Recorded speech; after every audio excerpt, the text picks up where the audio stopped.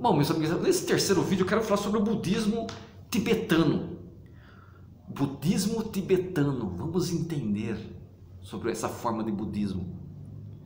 Uma antiga lenda conserva a memória de como o budismo chegou ao Tibete. Isso aconteceu, segundo a tradição, no século V depois de Cristo.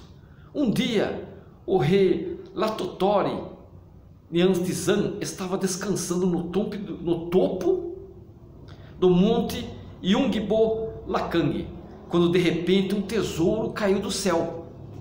Olha que interessante. O rei não tinha a menor ideia do que era aquilo, mas uma voz misteriosa lhe disse que o 33º Tsampo, o rei da dinastia Yarlung, saberia como usar aqueles objetos. E foi realmente no reinado de Songtsen Gampo que o budismo chegou ao Tibete, no esforço para estabelecer laços econômicos e culturais com reinos vizinhos. Gampo se casou com a princesa Birikut Devi, do Nepal, e a princesa chinesa Wensheng, da dinastia Tang, no ano 618 a 907.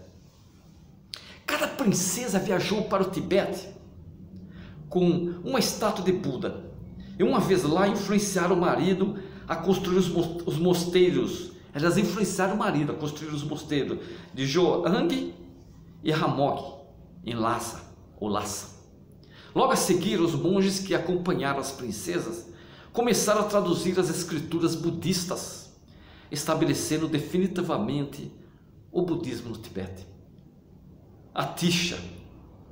Depois da morte de Songtsen Gampo, a nova religião foi duramente perseguida. Contudo, no século IX, quando o ambiente voltou a se tornar propício para o budismo, um senhor da guerra tibetano, que viria a se tornar o monge Yesheo, que quer dizer a luz do conhecimento, convidou o grande mestre indiano Atisha, de 982 a 1055, para lecionar no país. Que país? Tibete. Tá? Depois de uma série de recusas, Atisha finalmente chegou ao Tibete no ano de 1042, instruindo um grande número de discípulos até a sua morte. Para tanto, Atisha escreveu Luz para o Caminho, o texto original do Lanrim, instruções especiais conhecidas como os estágios do caminho. Os seguidores de Atisha são conhecidos como Kadampas, que poderia ser traduzido como portador da palavra de instrução pessoal. Olha que interessante. Referindo-se ao conhecimento de que estes teriam do Lanrim. O budismo Mahayana, que Atisha trouxe da Índia, acabou se tornando mais influente ali do que no seu país natal, que era a Índia. Com o passar do tempo, a doutrina trazida por Atisha se diversificou conforme as diferentes orientações, fazendo emergir as atuais ordens monásticas do Tibete. Tem muitas ordens monásticas no Tibete. Vamos falar de algumas escolas monásticas, algumas escolas tibetanas. A escola Bon, B-O-N, com duas, Bon. O termo tibetânico Bon, recitação ou invocação, remete a vários movimentos religiosos que surgiram no oeste do Tibete, antes da introdução do budismo. Seus sacerdotes, chamados Bonpo ou Shens, realizavam práticas xamânicas, faziam profecias, curas e exorcismo. Depois do século XI, eles desenvolveram um sistema religioso próprio, muito semelhante ao das escolas budistas tibetanas. A história tradicional diz que o Bon foi fundado por Tenpa Sherab Miwashi. Segundo a lenda, Tenpa Sherab, um contemporâneo de Buda, teria criado o bonismo em Tangzip, um país místico localizado numa terra imaginária. Nyingma, esse é o segundo, Nyingma. A primeira tradição a aparecer no Tibete no século VII foi o Nyingma, ou escola dos antigos, entre aspas. Nyingma quer dizer escola dos antigos, fundada pelo missionário Padmasambhava e pelo Bodhisattva Shantarashita, também conhecido como a seita vermelha, porque seus monges usavam chapéus vermelhos. A escola Nyingma procurou absorver alguns aspectos da religião Bon, como eu falei no começo, e ao mesmo tempo buscou recuperar os sutras ou aforismo, a mais breve definição de um princípio princípios budistas que o rei Langdharma havia tentado destruir. Sabiam?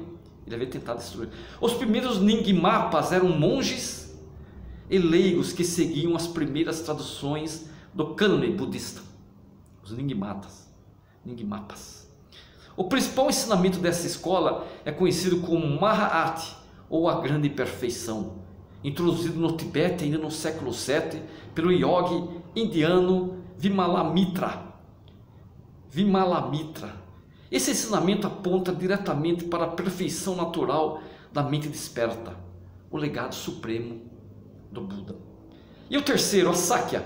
Sakya significa terra cinza em tibetano, terra cinza em tibetano. Isso porque seu mais famoso mosteiro, o mosteiro Sakya, foi construído numa região do Tibete conhecida justamente por sua terra cinza. Esse mosteiro foi construído lá. A escola Sakya foi fundada no ano de 1073 por Khonshok Gyalpo, membro de uma influente família de seguidores da escola Nyingma. Khonshok recebeu do tradutor tibetano Drogmi os ensinamentos da linhagem do mestre tântrico indiano Virupa. Olha que interessante. Em seu livro Introduction to Tibet Buddhism, John Powers conta que Virupa se tornou um mestre Siddha. O que é Siddha? Um mestre adepto do tantrismo. E tinha controle sobre a vida e a morte. Ele podia criar aparências à vontade e às limitações das pessoas comuns. Não se aplicavam a ele. Disse que ele viveu 700 anos, falam. E finalmente atingiu a libertação completa. Gagyu, que é uma outra Gagyu. A escola Gagyu, outra das 4 maiores tradições tibetanas, foi fundada no século XI d.C. pelo educador e tradutor tibetano Marpa. Como ele pregava que os princípios tântricos deveriam ser passados oralmente de geração a geração, essa tradição veio a ser chamada de Gagyu, ou passada oralmente.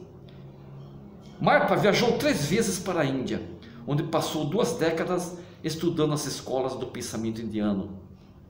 Como Marpa usava um manto branco para praticar o budismo, a tradição Gagyu acabou também sendo chamada de seita branca. Yagyenug, a escola de virtuosos, foi fundada pelo monge tibetano Tsongkhapa Losang Dragpa, considerado uma emanação dos Bodhisattvas Avalokiteshvara Manjushri Vajrapani. No começo do século XV, a classe superior dos monges se envolveu numa luta por poder econômico e político, fazendo com que as instituições religiosas se tornassem decadentes e perdesse a popularidade. Tsongkhapa, esforçando-se para que os princípios do Buda não fossem corrompidos, porque ele se esforçou, escreveu vários livros buscando reformar o budismo local. Renomado erudito, praticante de meditação e filósofo, Tsongkhapa desenvolveu em seu trabalho escrito uma visão inteligível da filosofia e prática budistas. Espero que vocês entenderam sobre o budismo tibetano.